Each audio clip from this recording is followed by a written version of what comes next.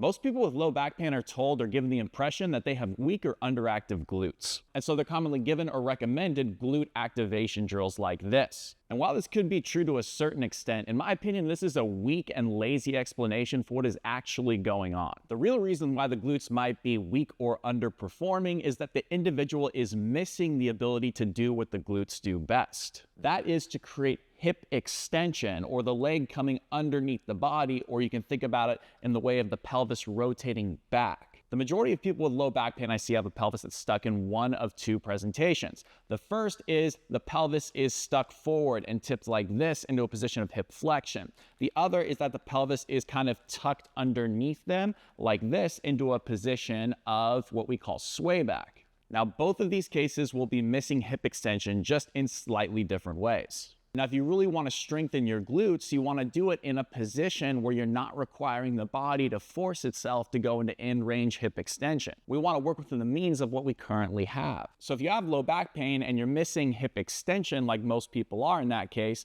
then here are two surefire ways that you can get your glutes to start working in the presence of your own individual limitations. To do this first one well, all you need is a wall or a door frame you can put your hand against at shoulder level. You want to get in the bottom position of a split squat where you have your back knee directly underneath your back hip. And all you're going to do is slightly press your hand against the wall to help you hinge your hips back, making sure you're not going too far, just to the point where you feel a little stretch in the back of your hip on that side. Maintaining a neutral spine, that slight stretch in the back of your hip on the front leg, you're going to move up into a position just like this, or if you were to go any higher, you would have to straighten out your hips and your torso like this. You don't want to do that. Stay slightly bent into that hip flexion position. Stay really heavy over this foot, maintaining these 3 points of contact at all times, but especially that heel. And as you go down, you're going to feel a slight stretch in that hip again.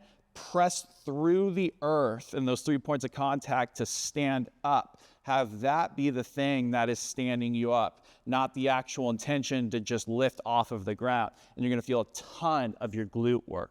And eventually you can add a weight and you can get even more overload through that glute. A similar way to execute this would be in a step down variation like this. Start with a little bit of elevation, not too much. Gently hold on to a rack or a door frame or something, and then just slightly hinge over until you feel that slight stretch in the back of the hip. And again, this is all you need. Load those 3 points of contact, go down very slowly, and push through the earth. What's great about these variations is that as you naturally regain more access to hip extension, which you will if you continue to do these, is you can slightly get more and more upright. And then you can still use those similar cues of pushing through those 3 points of contact and the earth to stand up. You should still feel that glute work more and more. But make sure you're standing up a little bit more progressively over the period of a few weeks.